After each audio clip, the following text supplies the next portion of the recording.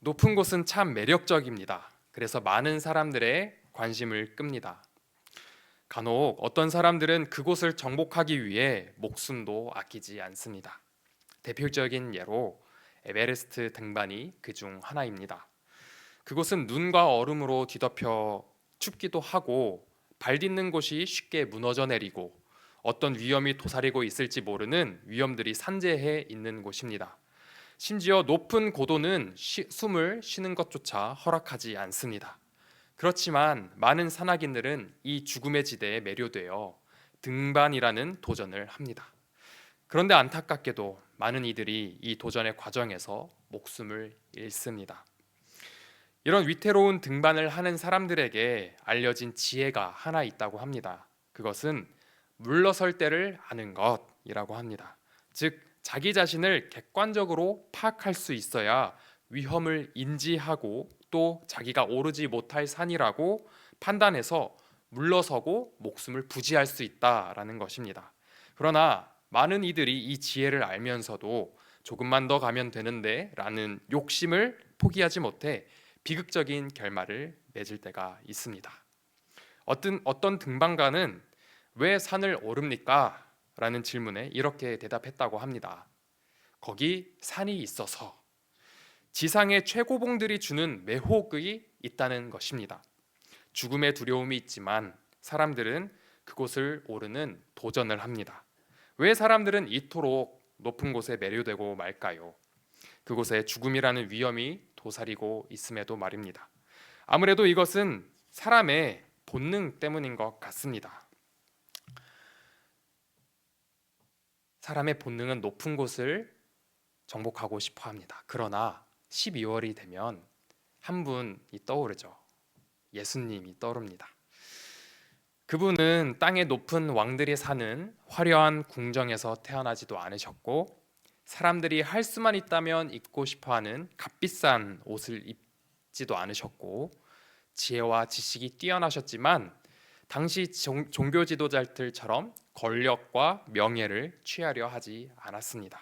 다만 예수님은 가장 낮은 곳으로 오셔서 말구유에서 나셨고 고운 모양도 풍채도 없이 우리가 흠모할 만한 아름다운 것이 하나도 없었으며 아버지를 도와 목수의 일을 하셨던 것을 저희는 성경을 통해 알 수 있습니다. 뿐만 아니라 예수님의 사역을 보면 낮은 곳에서 하나님 나라가 이루어졌던 것을 알 수 있죠. 우리는 예수님의 삶을 통해서도 낮은 모습을 배울 수 있습니다. 그러나 이 모습뿐만 아니라 오늘 본문에서는 예수님께서 조금 더 분명하고 직접적으로 낮아짐에 대한 교훈을 말씀하고 계십니다. 오늘 본문 29절에 보시면 예수님은 이렇게 말씀하십니다. 나는 마음이 온유하고 겸손하니. 이 말을 통해 예수님은 자신을 뭐라고 말씀하고 계시는 걸까요? 온유와 겸손. 이것은 즉 낮은 자, 나는 낮은 자다라고 말씀하고 있는 것입니다. 정말 예수님께서 나는 낮은 자다라고 말씀하셨는지 여기서 쓰인 겸손에 대해 살펴보겠습니다. 예수님께서 나는 마음이 온유하고 겸손하니라고 하셨을 때 말씀하신 겸손은 타이페이노스라고 합니다. 이 단어는 낮은 자리를 준다, 비천한 자리를 준다, 또 낮춘다라는 의미를 가집니다. 예를 들어 주인이 자기 하인에게 비천한 일을 준다라는 것과 같습니다.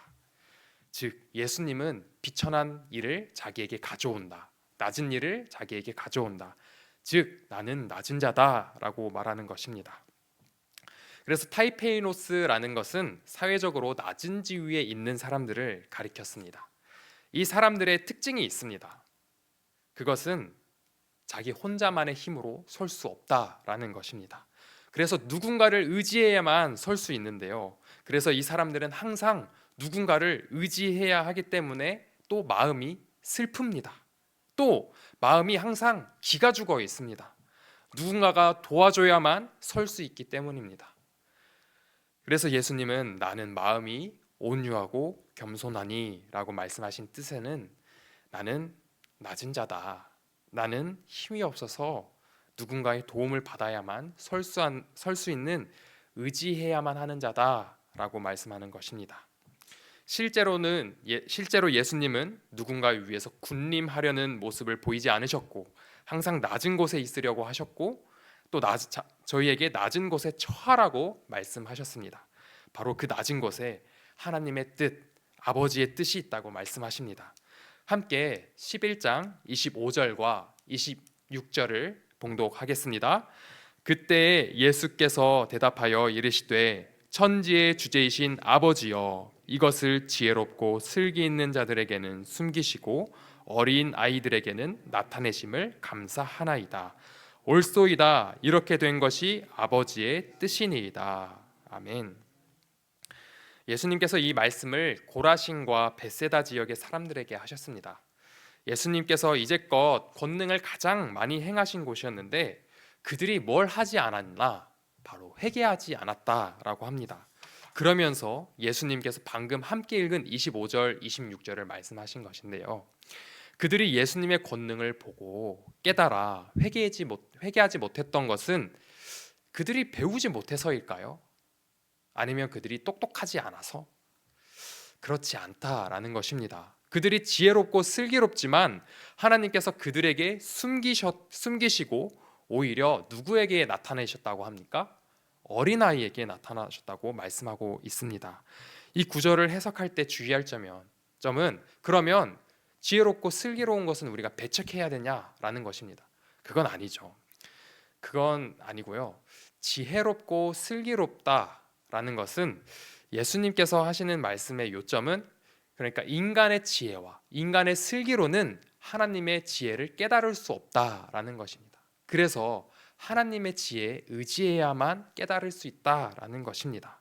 그래서 25절에 지혜 있는 자와 슬기 있는 자들과 대조해서 나오는 어린아이의 뜻은 하나님을 의지해야 한다라는 말씀입니다. 여기서 쓰인 아이는 네피오스라는 말인데요. 어린아이 중에서도 젖먹이 어린아이입니다. 인간은 다른 생명체들과 다르게 어린 시절에 홀로 설 수 없는 연약한 존재의 시절을 보냅니다. 누군가의 도움이 있어야만 살 수 있는 것이죠. 그런데 우리는 모두 이 젖먹이 어린아이와 같다, 다를 바가 없다라는 것입니다. 우리는 의존적인 존재입니다. 그리고 의존적인 존재여야만 합니다. 그런데 많은 사람들은 기본적으로 이 의존에서 벗어나 독립해서 혼자 서려고 하는 본능이 있습니다. 물론 저희가 흔히 말하는 성인이면 독립해야 된다, 집을 떠나 아비를 떠나 결혼해서 새로운 가정을 이루어야 한다라는 것과 조금 다른 이야기인데요. 그러나 오늘 예수님께서 우리는 어린아이가 되고 겸손하라고 합니다. 이 낮은 자의 모습으로 누군가를 의지해야 한다라는 것입니다. 그러면 여기서 묻겠습니다. 그러면 우리는 누구를 의지해야 하고 우리를 도우시는 분은 누구십니까? 하나님이시죠. 우리는 하나님을 떠나서 살 수 없습니다. 우리는 하나님을 의지해야만 살 수 있는 의존적인 존재, 어린아이이고 어린아이여야만 합니다. 어린아이처럼 낮은 자의 모습이 우리의 모습이어야만 합니다.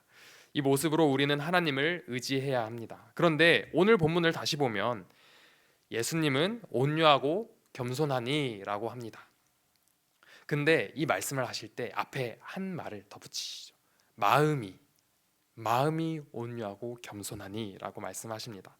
저는 예수님께서 마음까지 온유하고 겸손하다고 말씀하시는 데는 어떤 한 지혜가 있다고 생각을 합니다.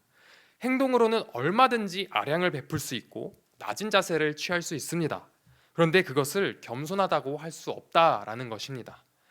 왜냐하면 자기가 무시하는 사람에게 아량을 베풀 수도 있고요. 또 상황에 따라 정치적인 전략으로서 낮은 자세를 취할 수 있다라는 것입니다. 그래서 저는 예수님께서 마음이라는 말씀을 하신 데는 아름다운 지혜가 있다라고 생각합니다. 겸손은 그래서 행위로 알 수 없다라는 것입니다. 그 행동을 하는 마음 깊은 곳, 마음의 중심에 아름다운 겸손이 원석처럼 자라나고 있어야 한다라는 것입니다. 근데 이 겸손을 우리는 어떻게 할 수 있을까요? 오늘 11장 21절을 보시면 겸손한 자들의 비교 대상들을 통해 알 수 있는데요. 이 겸손하지 못한 자들이 못하는 것이 있다는 것을 발견할 수 있습니다. 아까 저희가 봤었죠. 회개입니다. 스스로 지혜롭다고, 스스로 슬기롭다고 여기는 자들은 하나님을 의지하지 않고 자기들의 지혜와 똑똑함을 의지했을 때 이 회개를 하지 못했습니다. 우리는 회개를 죄로부터 돌이킨다라는 것을 잘 알고 있습니다. 회개는 잘못했어요가 아니죠. 회개는 하나님, 제가 제 삶의 주인이었습니다. 그러나 이것이 죄임을 깨닫습니다. 그래서 이제는 하나님께서 제 삶의 주인이 되어 주십시오 라고 마음으로 뉘우치는 것입니다. 이것을 누가 할 수 있습니까? 우리는 이것을 우리 스스로는 할 수 없죠. 우리 예수님께서 그것을 알려주셨습니다. 우리는 그것을 그래서 예수님께 배울 수 있습니다. 마음이 온유하고 겸손한 성도는 회개합니다. 회개해서 하나님을 내 삶의 주인이라고 모시고 그분을 의지합니다. 아담이 하나님처럼 될 것이라는 뱀의 얘기에 혹했고 또 하와의 권유를 거절하지 않았듯이 하나님으로부터 독립하려고 하는 것, 이것이 바로 죄입니다. 이것은 자기를 제대로 보지 못한 것이죠. 나는 혼자 살 수 있어. 나는 하나님처럼 될 수도 있고 나는 하나님을 떠나서 살 수 있어 라고 자기 스스로 객관화를 제대로 하지 못한 상황에서 이루어지는 것입니다. 즉 나도 하나님처럼 높아지려고 하는 것이죠. 아까 등산가의 이야기를 하면서 그들이 공유하는 지혜 하나를 말씀드렸었습니다. 물러설 때를 아는 것.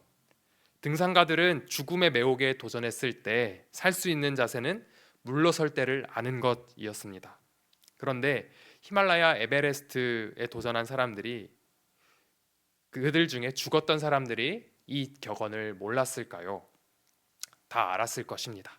그러나 이 격언을 따라 죽음의 위협이 닥쳤을 때 그 위험을 돌이켰던 사람들, 이 죽음의 위협이 나를 진짜 죽일 수 있겠구나라고 생각하면서 물러선 사람들은 이 죽었던 사람들과 뭐가 달랐을까요? 그들은 마음에서부터 물러선 것입니다. 마음에서부터 고개를 숙였던 것입니다. 마음이 숙여지지 않으면 이 죽음을 이길 것이라는 무모한 생각을 뿌리칠 수가 없습니다.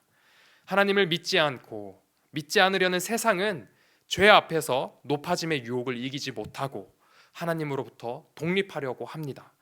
나는 하나님 없이도 잘 살 수 있다. 누군가를 의지하는 것은 나약한 것이다 라고 말합니다. 그러나 오늘 예수님께서는 저희에게 말씀하십니다. 나는 마음이 온유하고 겸손하니 나의 멍에를 메고 내게 배우라. 그리하면 너희 마음이 쉼을 얻으리니. 예수님의 멍에를 메고 예수님에게 배우라고 말씀하십니다. 예수님의 멍에는 비천한 것이고 낮은 것입니다. 예수님의 멍에를 매라는 것은 결국 낮아지라는 것을 배우라는 것입니다. 그러나 낮아지는 것은 인간의 본성에 어울리지 않죠. 그 누구도 낮아지는 것을 기꺼워하지 않습니다. 어떤 전설적인 등산가의 말처럼 산에 왜 오르냐고 물었을 때 산이 있기에 산을 오른다고 했던 것처럼 우리는 높아진 데는 자연스러운데 낮아진 데는 본능적으로 매력을 느끼지 못합니다. 남을 도우는 것을 좋아하는 사람도 그 일을 할 때 자기가 어려움에 처하면 돕고 싶은 마음이 사라집니다. 돕는 일이 보람이 있어야 그 일을 하죠. 그래서 여기서 알 수 있듯이 우리는 본능적으로 낮아지는 데 관심이 없습니다. 그래서 예수님은 말씀하십니다. 우리에게 그런 것이 없으니 마음부터 온유하고 겸손하신 예수님께서 저희에게 배우라고 말씀하십니다. 근데 이 배우는 것을 고상하게 어떤 고요한 카페에 가서 차 한 잔 마시면서 배우라고 하지 않습니다. 예수님께서는 멍에를 매라고 말씀하십니다. 예수님께 배우려면 멍에를 매야 합니다. 그분이 돌밭을 갈 땐 같이 돌밭을 갈아야 합니다. 결코 쉽게 얻을 수 없다라는 것이죠. 머리로 이해한다고 배울 수 있는 것이 아니라 몸으로 습득할 수 있다라는 것입니다. 직접 예수님께서 낮아지셨듯이 우리도 낮아져서 어려움을 겪으면서 이것을 배울 수 있다라는 것입니다. 그리고 예수님의 멍에는 몸에 익숙해질 뿐만 아니라 무엇을 단련해야 할까요? 예수님의 멍에는 우리가 행위로만 할 수 있는 것이 아니라 또 무엇을 단련할까요? 어디까지 단련할 수 있을까요? 그것은 마음입니다. 우리의 겸손은 행동에서 나오는 것이 아니라 마음에서 나오는 것입니다. 그런데요, 이 비천하고 낮아지는 겸손과 더불어 예수님께서 말씀하신 온유, 이 온유를 잠깐 보면요, 온유가 구약에는 이런 뜻을 가지고 있다고 합니다. 고난, 가난, 허약, 수치, 낮아짐. 이 이야기를 들었을 때 어떤 한 인물이 떠오르십니까? 예수님이 떠오르십니까? 그렇습니다. 예수님은 바로 이렇게 낮은 자의 모습으로 오셨습니다. 이것이 바로 예수님의 삶 그 자체입니다. 이사야 42장 1절에서 3절에 보시면 여호와의 종 장차 오실 예수님에 대해 이렇게 묘사합니다. 함께 읽겠습니다. 내가 붙드는 나의 종, 내 마음에 기뻐하는 자, 곧 내가 택한 사람을 보라. 내가 나의 영을 그에게 주었은즉 그가 이방에 정의를 베풀리라. 그는 외치지 아니하며 목소리를 높이지 아니하며 그 소리를 거리에 들리게 하지 아니하며 상한 갈대를 꺾지 아니하며 꺼져가는 등불을 끄지 아니하고 진실로 정의를 시행할 것이며. 아멘. 또 이사야 53장 1절에서 2절은 이렇게 묘사합니다. 함께 읽겠습니다. 우리가 전한 것을 누가 믿었느냐? 여호와의 팔이 누구에게 나타났느냐? 그는 주 앞에서 자라나기를 연한 순 같고 마른 땅에서 나온 뿌리 같아서 고운 모양도 없고 풍채도 없은즉 우리가 보기에 흠모할 만한 아름다운 것이 없도다. 아멘. 그런데 우리는 예수님과 달리 흠모받고 싶어 합니다. 그래서 모양을 곱게 가꾸고 풍채도 찌우고 아름다워지려고 노력합니다. 그런데 예수님은 고운 모양이 있었대요? 없대요. 풍채가 있대요? 없대요. 또 흠모할 만한 아름다움이 있다고 합니까? 없다고 합니다. 우리가 좋다고 여기는 것이 아무것도 없다고 합니다. 예수님은 진짜 온유와 겸손을 삶으로 살아내신 분입니다. 고난, 가난, 허약, 수치, 낮아짐, 이 단어들을 들으면 저희는 예수님을 저절로 떠올립니다. 이렇듯 우리의 삶도 이런 단어와 어울려야 합니다. 그래서 세상에서 우리의 삶의 터전에서 학교와 가정과 직장 그리고 어디서나 나를 아는 사람들에게 이 단어들을 보여줬을 때 그들에게 이 단어들을 보고 누가 떠오르냐고 물어봤을 때 저희가 떠오른다고 말한다면 그분은 세상 사람들이 이렇게 말할 것입니다. 크리스찬이다.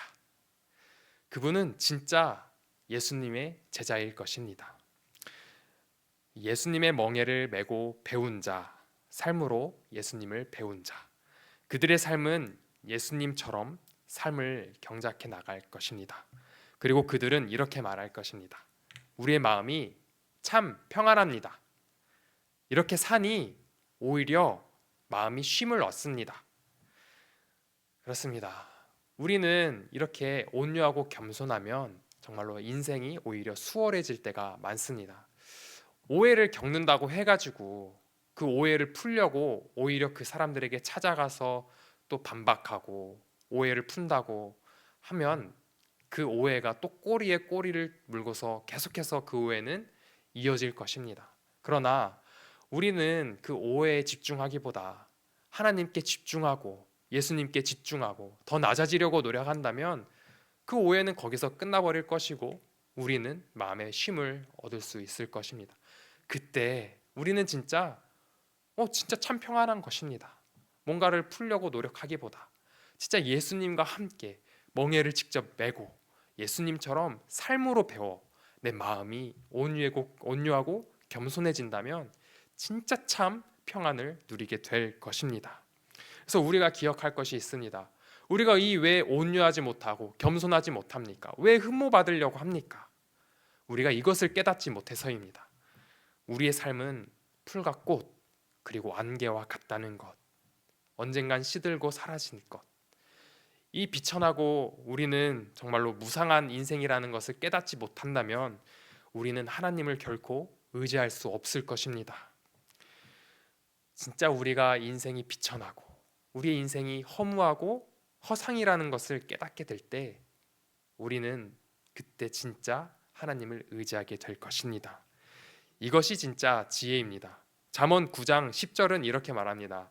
하나님을 경외하는 것이 지혜의 근본이라고요. 우리가 모두 연약하여 스스로 설 수 없는 존재라는 것을 깨달으면 하나님을 의지할 수 있습니다. 그것이 참 지혜고 겸손입니다. 근데 여러분, 우리의 인생이 이렇게 허무하고 무상하다는 것을 깨달았다고 해서 우리가 인생이 의미 없다라고 생각한다면 그것은 조금 다릅니다. 그래서 겸손한 것과 자기 연민 이 둘을 좀 분리해서 봐야 할 것입니다. 내 인생이 연약하다라는 것을 깨달은 사람은 진짜 겸손으로 나아갈 준비가 된 것입니다. 이 겸손으로 나아가는 것, 그것은 그래서 내가 연약하기 때문에 하나님을 의지합니다. 이것이 겸손인데 내가 인생이 연약하기에 나는 좌절해. 나는 여기까지밖에 안 돼. 하고 비참에 빠진다면 그것은 자기 연민이고 또 다른 교만입니다. 내가 할 수 없다는 것 때문에 괴로워한다면 그것은 교만입니다. 그래서 내가 깨달을 수 없다는 것을 깨달았을 때 그래서 우리는 무엇을 해야 하느냐? 하나님께 간구하고 하나님께 아뢰고 하나님을 의지해야 합니다. 이것이 겸손이고 예수님께서 말하는 지혜입니다. 우리는 그래서 날마다 회개하면서 내가 죄인입니다. 하나님 내 삶의 주인 되어 주십시오. 라는 마음을 가지고 살 때 우리는 진짜 마음부터 낮아질 수 있고 가난에도 처할 수 있고 모든 환경에 만족할 수 있는 것입니다. 우리 모두 그런 지혜를 깨닫는 겸손한 성도님들 되시기를 간절히 축복합니다.